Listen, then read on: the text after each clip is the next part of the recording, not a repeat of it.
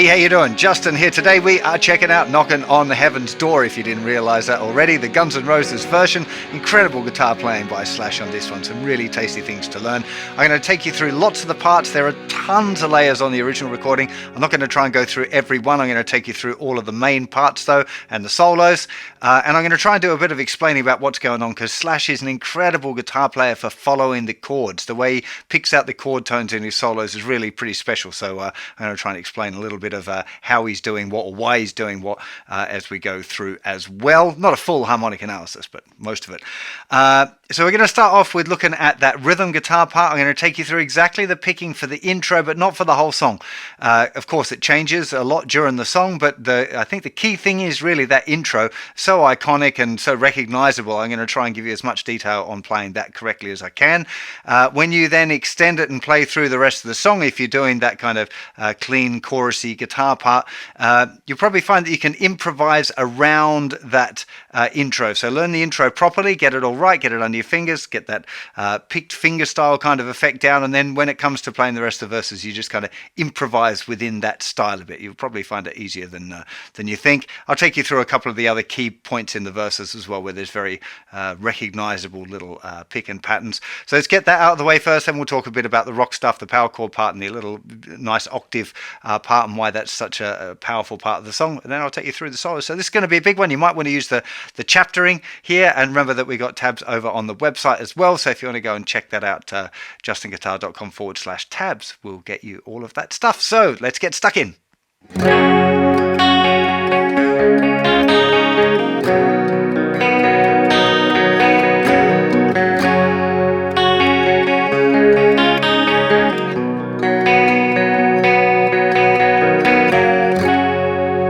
That is the iconic intro. So we're starting off there with a G chord. That's a kind of the rock G with the third and fourth fingers on the thinnest two strings. There, I don't tend to use my first finger. I don't think Slash does either, but a lot of people learned it that way. It doesn't make a huge difference. So we've got a G. I'm going to take you through all of the picking separately. I'm going to do the chords first, a little bit of a chat about it, because there's a lot more detail obviously in the picking out part for this one. So there's your G. Then it goes to a D chord. Regular D, you can see that your third finger stays down as an anchor there, and you're going to lift off the second finger, and on the second time through you lift off the third finger as well. First time, second time, but we'll worry about that a bit more when we start talking about the picking, but be aware that you're going to lift off the second finger and lift off the third finger at a couple of points. Then we're going to a C chord. Now the C chord, the little twiddle that happens is hammering that second finger down. Very common move there for a C chord anyway. So get used to this idea of playing a C chord, lifting off the second finger, strumming, and then hammering it down. Okay, we're going to do that a couple of times on the C chord there. So that's it. That is all of the chords. The intro is just going G, D, C, and the solos as well. There's a lot of just G, Ds, and Cs in the choruses. In the verse, it goes G to D, A minor, then G, D, C.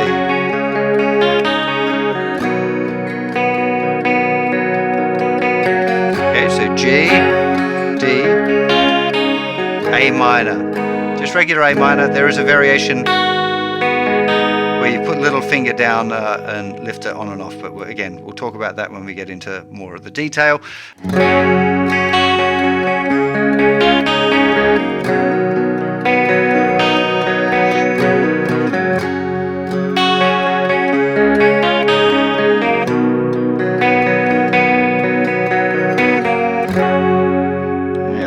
Moving parts going on here. Let me just play it once through real super slowly, and then I'll take it through and explain it in even more detail if I can.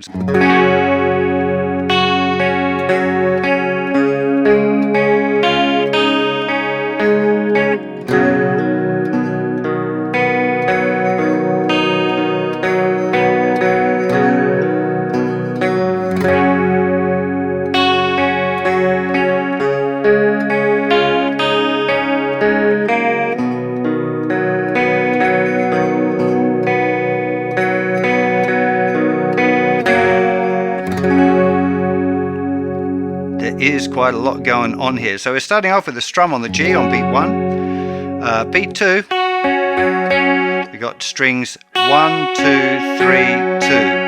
Now I tend to play up, up, down, down. Up, down, up. But it wouldn't really matter if you went down, up, down, up. That would be a kind of a logical pattern as well. So doesn't really matter all. I think the alternate picking one feels a little harder. Then we change to the D. And we're playing 4th string, 4th string, 3rd string, 2nd string, 1st string, lift off the 2nd finger to play the open E string, then 2nd string, 3rd string, 2nd string.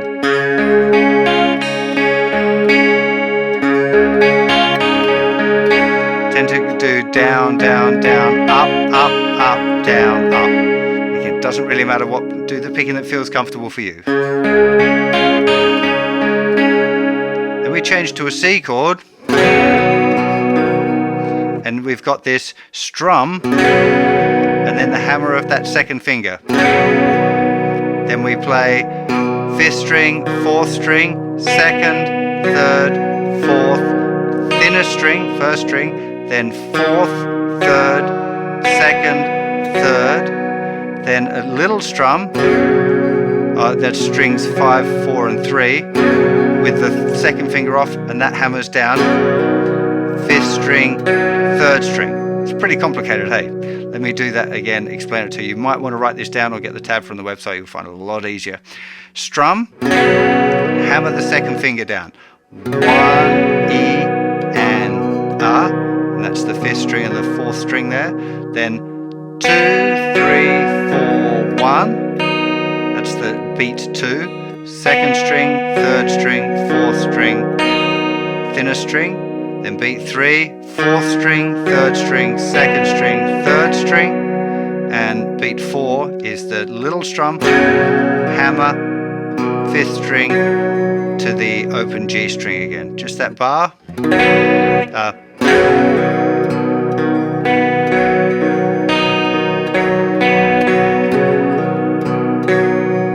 You want to practice these things over and over, each little bit. I wouldn't try and learn the whole thing all at once.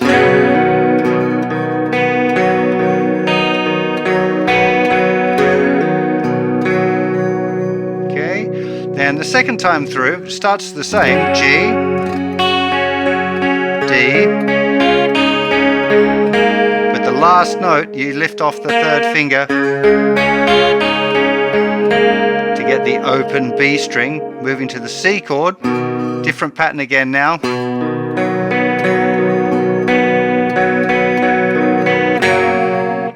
We're going 5th string, 4th string, 3rd string, 2nd, back down again. So all the way up the middle strings, and then finishing on the 2nd string. 1, E, and 2, E, and R. Now there, it's held over on beat 3. It's the only time there's a little tie there. It's not playing on every 16th note.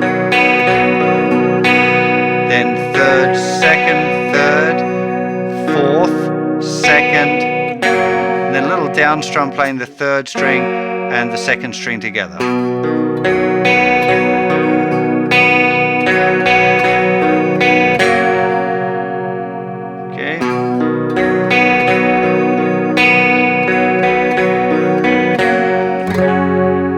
What I strongly recommend you do when you're learning these things is just to learn it a little chunk at a time. So learn the first bar, the G to the D chord. Practice it up, make sure you got it right under your fingers. When you're hip with that, learn that first C chord bar, which is a little bit more complicated. Then join together the G, D and the C. Okay, practice that first time through over and over again to get it nicely under your fingers. Then approach the second time through. So the second time, the G chord and the D is almost the same except the last note. You got a different bar of the C chord there. So you really want to, once you got that, then you would practice those first 4 bars over and over and over again. Don't be in a hurry to speed it up. Don't be in a hurry to speed it up. See what I did there? Just take it nice and slow and get it right. If you want to play these things accurately, you've got to learn them real slow and real careful and speed it up gradually. If you make a mistake, you've gone too fast, you need to slow it back down again and work on it a bit slow, gradually speed it up, make a mistake, knock it back a little bit. right? That is the key thing. You will find when you learn this piece and you take it nice and carefully and slowly that you'll inadvertently learn the technique of being able to strum and pick out notes at the same time, which is a really, really great skill. I wouldn't get too hung up on the picking. I do generally tend to play alternate picking, so 1E-ander, 2E-ander, down, up, down, up, down, up, down, up. But for this tune, I don't do that, and I'm not exactly sure why, but it doesn't matter. Okay, what's really important is that you feel nice and loose and relaxed when you're doing it. So find a picking that works for you. You probably want to be doing like down picks on the, or down strum. You wouldn't try and start with an up strum. That would be a bit weird, but it'd be unlikely that you'd stumble upon that as an answer. So I'm going to play it one more time, nice and slow, just talk you through anything else that I can think of as I go, and then I'll take you through the variations that happen in the verse. 1, 2, E, and up, 1, E, and up, 2, E, and up, 1, E, and 2, E, and up, 3, E, and up, 4, E, and up, 1, 2, E, and 3, E, and up, 4, E, and up, 1, E, and up, 2, E, and up, 3, E, and up, 4, E, and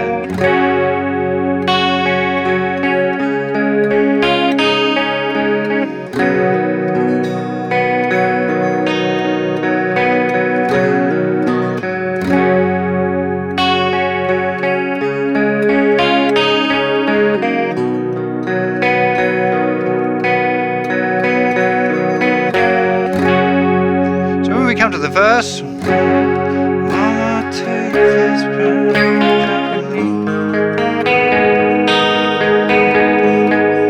This is really nice. It's quite iconic again.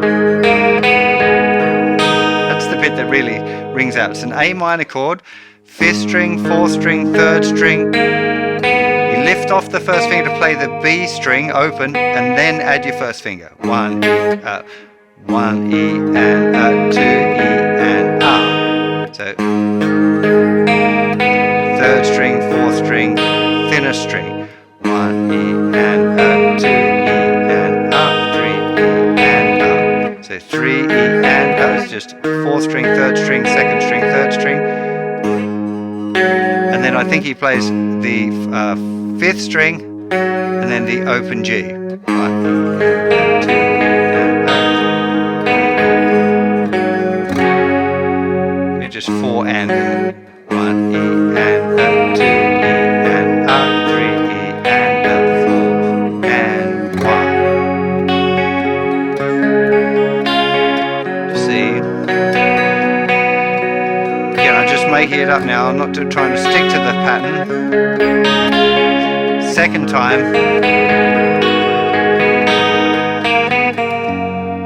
Really lovely line there the second time through, another one that seems to stick in my memory for the verse. Starts the same, it's the last A minor, but now little finger goes down on the 3rd fret of the thinner string. You play that, then play 4th, 3rd, 2nd, and then the open, lift off that little finger.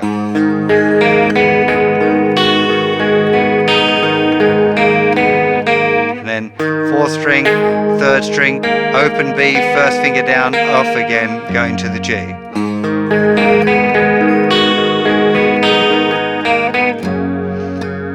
Okay, and then we're back on the G.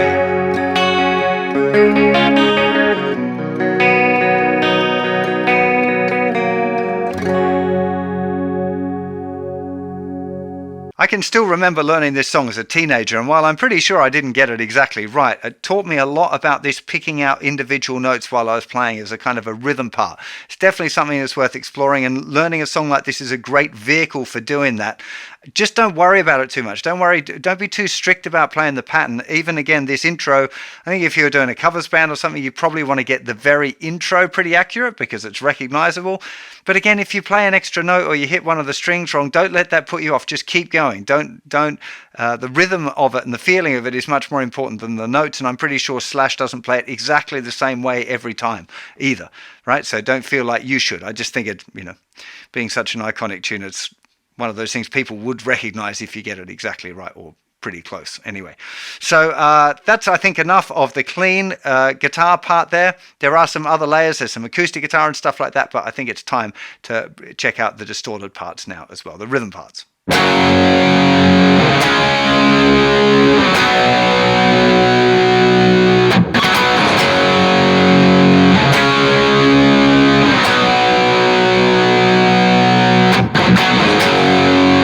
This is the first part, just power chords. G power chord, root note, 3rd fret of the thicker string, to a D, root note, 5th string, 5th fret, to a C. 1, 2,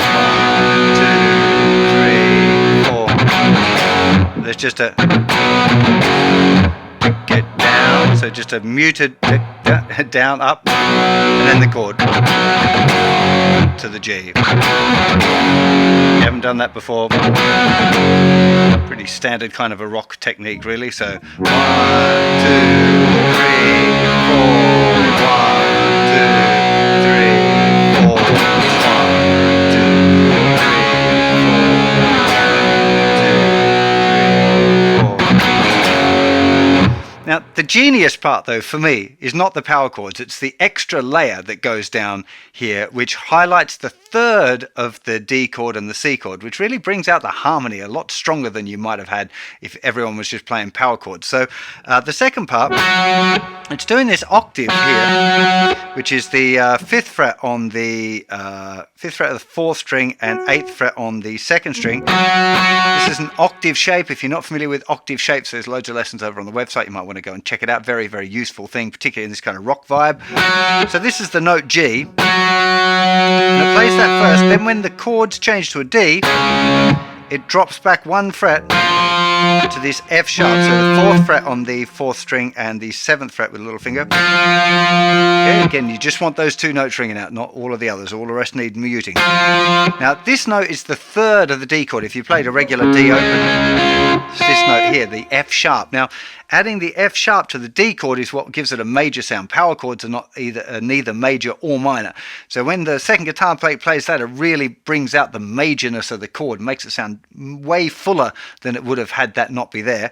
And then it's the same thing with the C chord. You can see there's a regular C chord, there's the E note. So that's what happens there at the beginning. The second part is going G, F sharp, E, 2, 3, 4. Now, just in the intro, second time, it goes G, up to, this is the note D, which is also in the power chord, this note, sorry, the note A. Goes from G, A, and then to the C note, okay, which is right up at the 10th, first finger on the 10th fret, 4th string, little finger on the 13th fret. So it's this little layer of octaves there on top of the power chords that makes it really, really fat. It's when you hear it, you go, wow, it sounds so big. It's not real loud, it's not real dominant, but it really fattens the sound up lovely. It's one of the key things in Guns N' Roses is the way that they're able to really accent the harmony in their playing. Even though it's kind of rock and rolly and bluesy, they're still kind of paying attention to the harmony a bit, which I think is one of the Slash's many superpowers, is the way he uses that sort of knowledge of chord tones and stuff like that. I even hear it a little bit in the clean acoustic guitar. I think I can hear those same octave movements being played just with the clean guitar, just played once on the chord changes and ringing out. But then we're getting into too many layers to try and explain everything. But that's the basic power chord part there. It is just G, D, and C all of the way through. The only other time I suppose it does anything different with the rhythm is right at the end, where it gets a little bit kind of reggae. I'm not going to go too much detail into that whole section. It's pretty kind of improvised-y, jammy, but it's the same. It's still got the...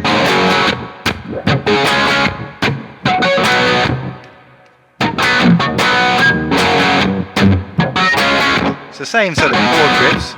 I have to leave it there because I keep wanting to go down these rabbit holes of details that I notice in all of the rhythm parts. It's a fantastic song for it because there's some really genius little moments, but to try and go into each one of those is going to take far too much time, and I want to dig into the solos as well. So if you're a big fan of the song and you really want to dig around into the minutiae, just get into a little bit of transcribing, sit down, listen to it over and over and work out the parts. It is really good fun. There's a lot to be learned from it, but I think me going through all of that level of detail in this lesson might be a bit of overkill. So instead, let's get stuck into the solos.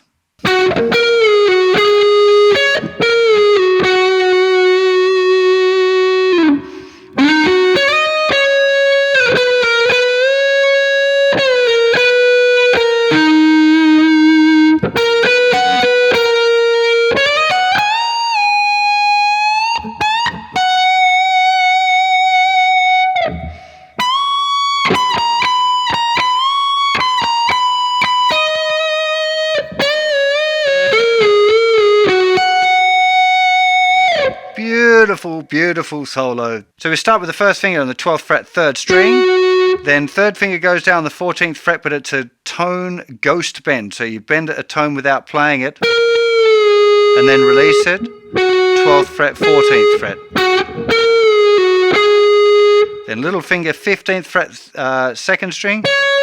Then the ghost bend again.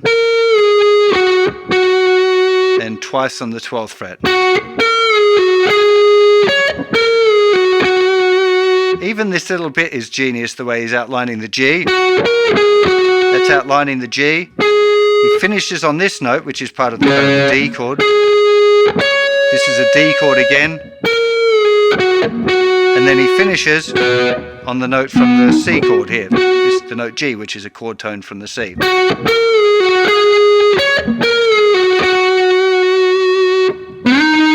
And again, chord tones from the C. 14th fret on the 4th string to the 12th fret.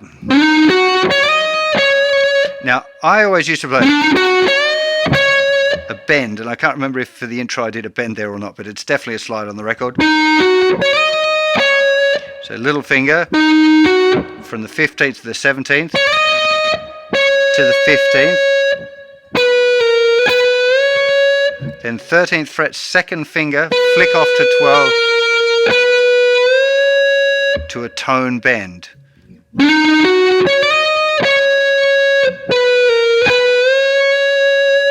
Then 13, 12, 13 again, 12. It's just how the way he highlights the chord tones is just genius. Lovely.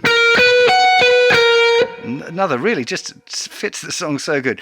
12, 13 on the 2nd string, 15th fret on the thinner string, 13, 12, going back to the chord tone from the G. It's a slide up to the 17th fret on the 2nd string, 15th fret, 17th fret tone bend.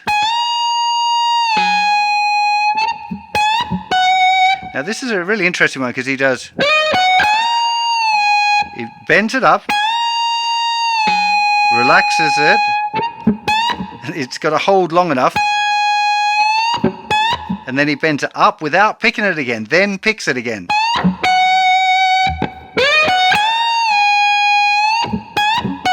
It's beautiful, really, really just subtle, but it's just, yeah, genius.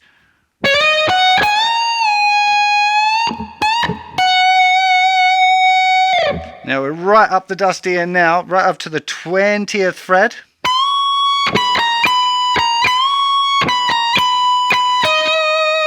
So it's tone bend. 20, 19, 20, 19 again. Bend. Then 15th fret. Tone bend and release twice. Big deal with that one when you're doing those kind of things is covering the other string. So you might not notice, but one of my fingers is resting on the thinner string, and the edge of my thumb is touching on the 3rd string. So if I don't do any muting, you're going to pull off. You'll get these other open strings ringing out. So it's all in the picking hand here. The hand, the thumb holding the pick there is just resting on that 3rd string, and another finger resting on the thinner string to stop the noise. Then the 14th fret, same thing. Excuse my slightly out of tune bend there. 12th fret, and then the octave higher. Okay, the whole thing nice and slow.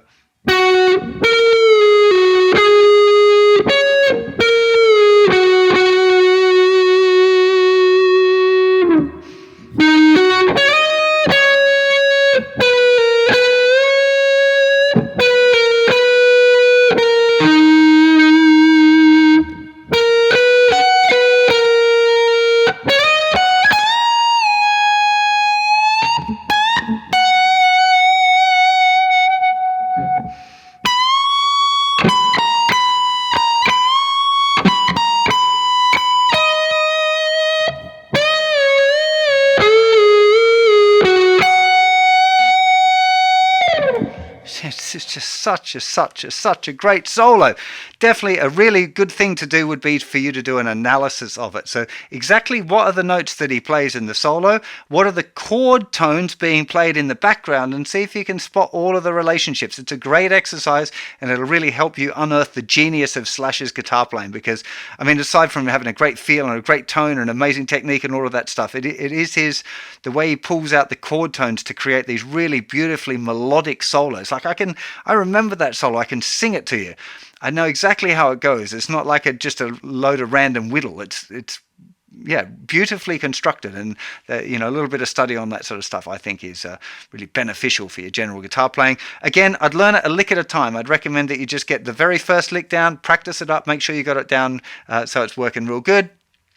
And then learn the second lick, join the first and the second licks together, then learn the third lick, join licks 1, 2 and 3 together, learn the fourth lick. You can divide it up any way you like. There's not specific rules here where you should divide it, but just feel how much you can absorb in out of one little lick section. So I think that's enough of solo 1. Let's get into solo 2.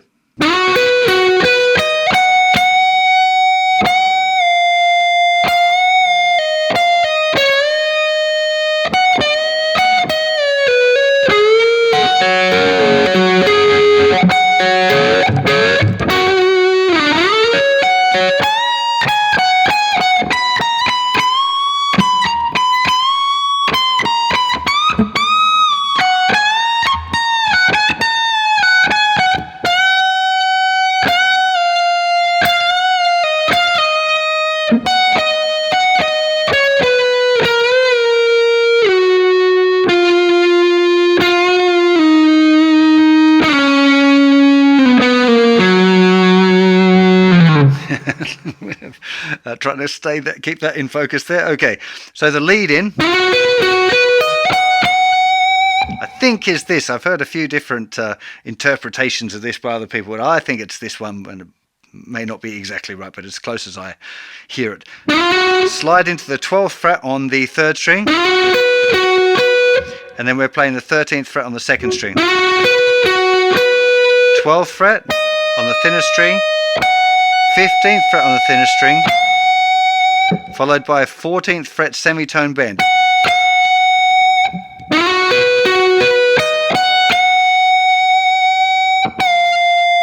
Then it drops down.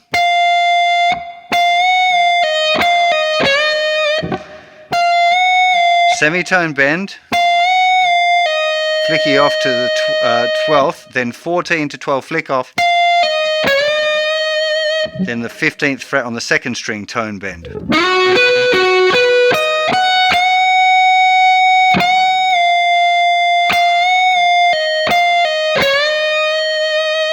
Then we hold that bend.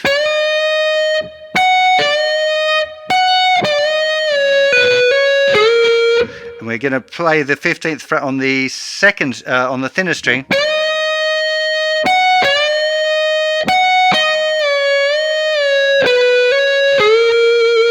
And then we've got this bend and release here on the 15th fret.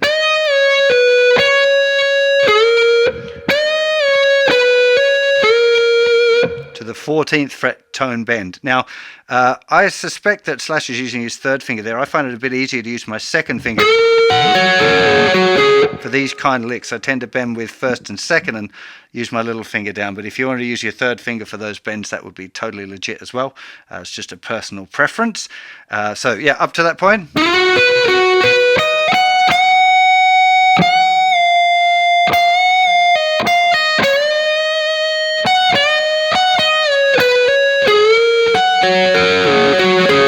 Classic little country kind of lick.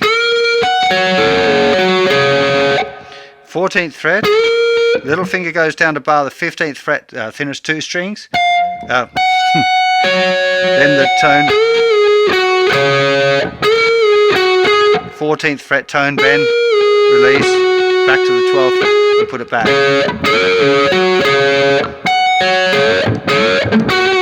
Then again 15th fret, thinner string, 2nd string. Twice we're doing the little tone bend, back to the 12th fret on the 2nd string. Now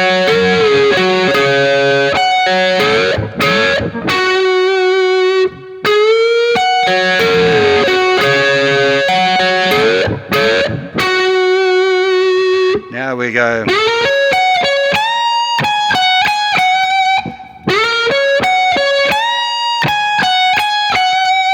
Okay, this is sliding up to the 16th fret on the 3rd string, 15th fret on the 2nd string, thinner string, 2nd string, 17th fret tone bend. Then just 17, 15, 17, 15.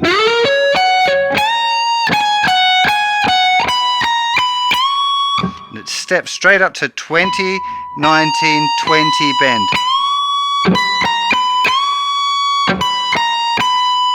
Okay, this is as high as it can go, and this guitar is really awkward to play up this high. I must say I don't really enjoy getting this far up the dusty end on this instrument. But,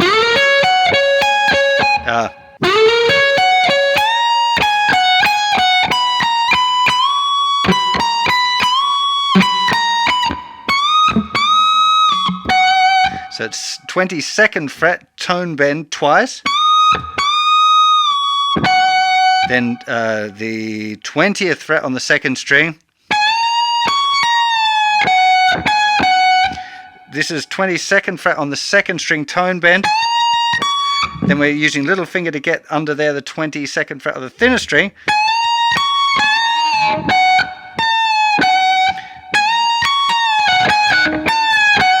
It's so awkward. I need to cut half of this neck off.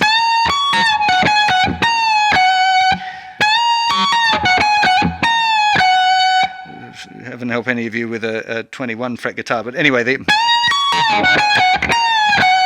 that's the lick. Bit of a pig.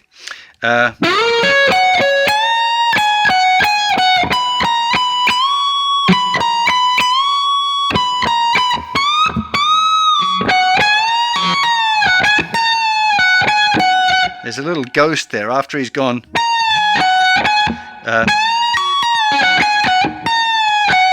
There's a little 20-second nice little seagull happens there. Then we're dropping down to the 19th fret.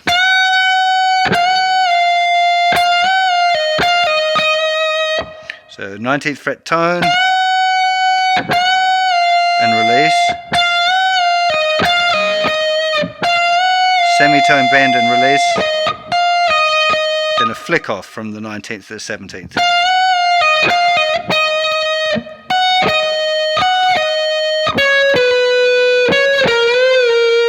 Then 15 to 17 on this 15th fret on the thinner string to 17th fret on the 2nd string. This bit's a little bit wobbly, I've got to admit. This very last part, trying to get the phrasing of that, I found really difficult, and I'm not even sure I still got it exactly right. But the notes are right. I just find, for some reason, I can't memorize the phrasing of this little section. Just my own inadequacy there. But anyway, 15th to 17th fret. 15, 17, then 15, 17 on the 2nd fret to the 2nd string to the 3rd string. Then 15, 40, and a semitone bend there. Slides down to the 12th fret eventually, then to the 11th fret. And then there's this little semitone bend there on the 11th fret. And a slide down to 9th, then to the 7th. And eventually 5th fret, 4th fret, and then finishing off on the 5th fret of the 4th string. So that one's probably going to come disappear off the end of the screen when I try and do a slow playthrough now, but I'll do my best for you. So all of that solo as slow as I can, but it is you have to be kind to me, because playing this one real slowly is, well, frankly, I find it real difficult. Anyway, here we go.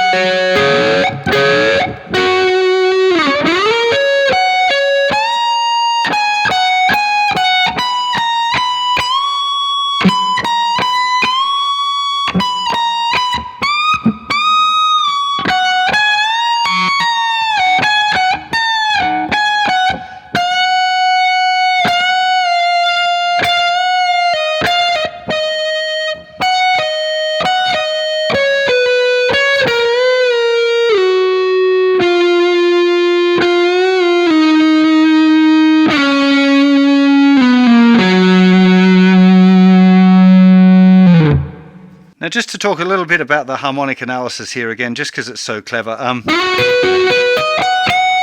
This is just, it's like a C major arpeggio.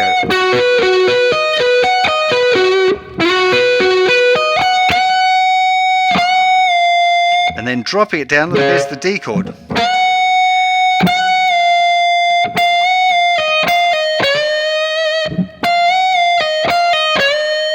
Bending up to this E note, which is again part of the C chord. It's really following the chord tone, so nice.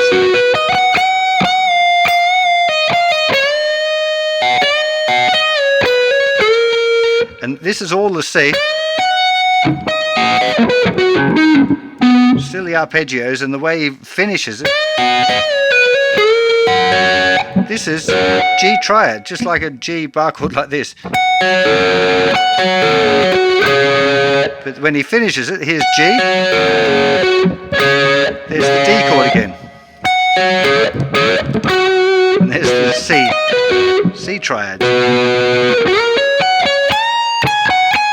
Now this, for me, he's playing it over the C chord. But it really is, this is a G major arpeggio, so why it fits there so beautifully, I'm not exactly sure, but it does.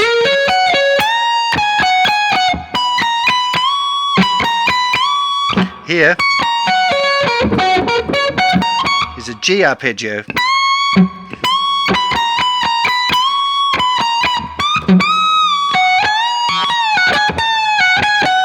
Yeah, this is all G kind of major pentatonic. It gets a little bit into kind of country and western land there, where you can just play off of the G major pentatonic and fits through the other chords because of the strength of the tonality there. But yeah, explore it a little bit on your own. I'd highly recommend doing that, spending a bit of time on working out why he's made particular note choices there, because you'll learn a lot about then how to use those licks and how to improvise yourself in this kind of context of being able to pick out chord tones when you're soloing and not just being reliant on playing a particular scale or whatever. That's always sounds more melodic and richer when you're targeting at least some of the chord tones some of the time. Yeah, I really hope you enjoyed this one. This was a lot of fun for me. I wish I hadn't waited so long to do it, to be honest, but fingers are sore. It's taken a bit of work for me as well. It's one of those solos. It's not that difficult to get the nuts and bolts right, but I was really trying to nail it down as best as I could, and that took more effort than I was kind of hoping it was going to be fair. Anyway, loads more Guns N' Roses over on the website. If you haven't learned that classic solo from Sweet Child of Mine, that's over there as well, so do go and check that out. Let me know what your other requests are. I do check them out. I am trying to get everything done that appears on that request board, so go and have a look at justinguitar.com/songs and leave your request or vote up somebody else's if the song you wanted is there already. Have yourselves an absolutely fantastic day and loads of fun with this song. I'll see you for plenty more lessons very soon. Take care. Bye-bye.